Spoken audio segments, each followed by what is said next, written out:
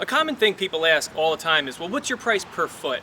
And I wish it was that easy. Years ago, it was that easy. We'd have a price per foot, we knew what our competitors were charging, and we would just try and be right around there. But what we found is, as our business matured, there's a lot of things that go into pricing a job, and it is material, it is labor, it's how long is the job gonna take.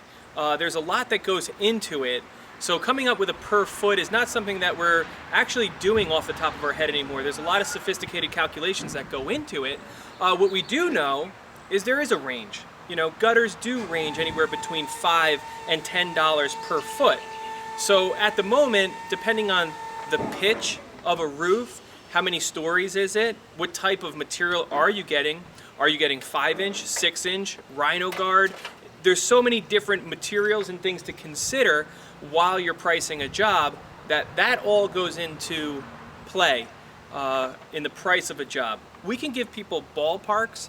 We know that the average gutter install is somewhere around $1,100 or $1,200.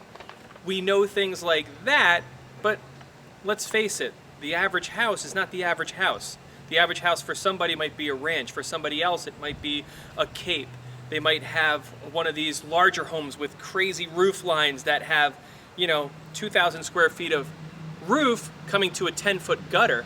So in a sense, some people say, well, my house is 3,000 square feet or 2,000 square feet. The square footage of a house doesn't actually get considered into the final price. It does get considered into how to size the gutters and how much water it can take. So a house that's a 5,000 square foot house could actually get gutters installed for less than somebody that has a straight raised ranch.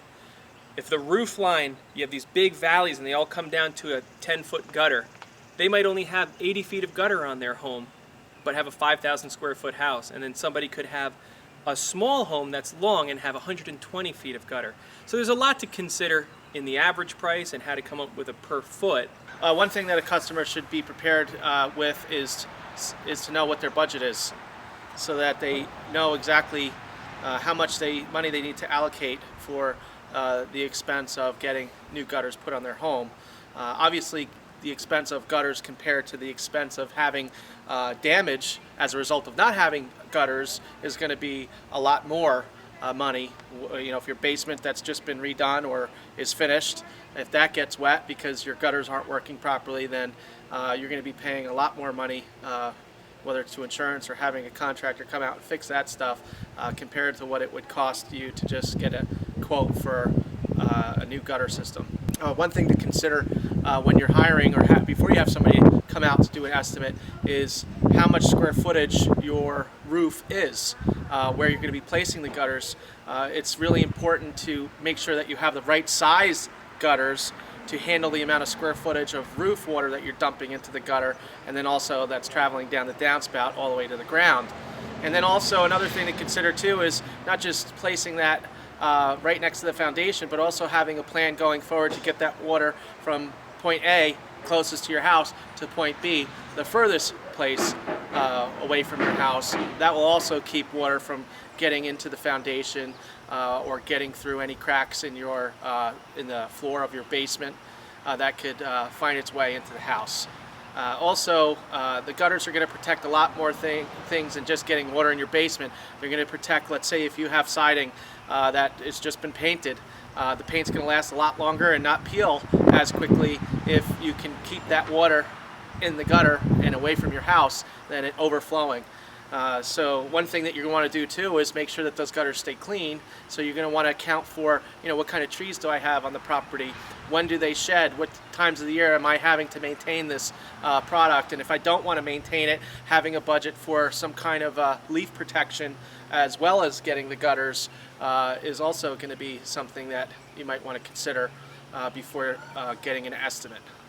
The nice thing about gutters is that they're not very expensive, especially when you're comparing a residential gutter to a commercial size gutter. 5 inches is a residential gutter, a 6-inch would be a commercial gutter. The difference in price could be a couple $100, but the difference in volume from a 5-inch to a 6-inch is twice the amount of volume of water that a 6-inch can carry compared to a 5-inch residential gutter.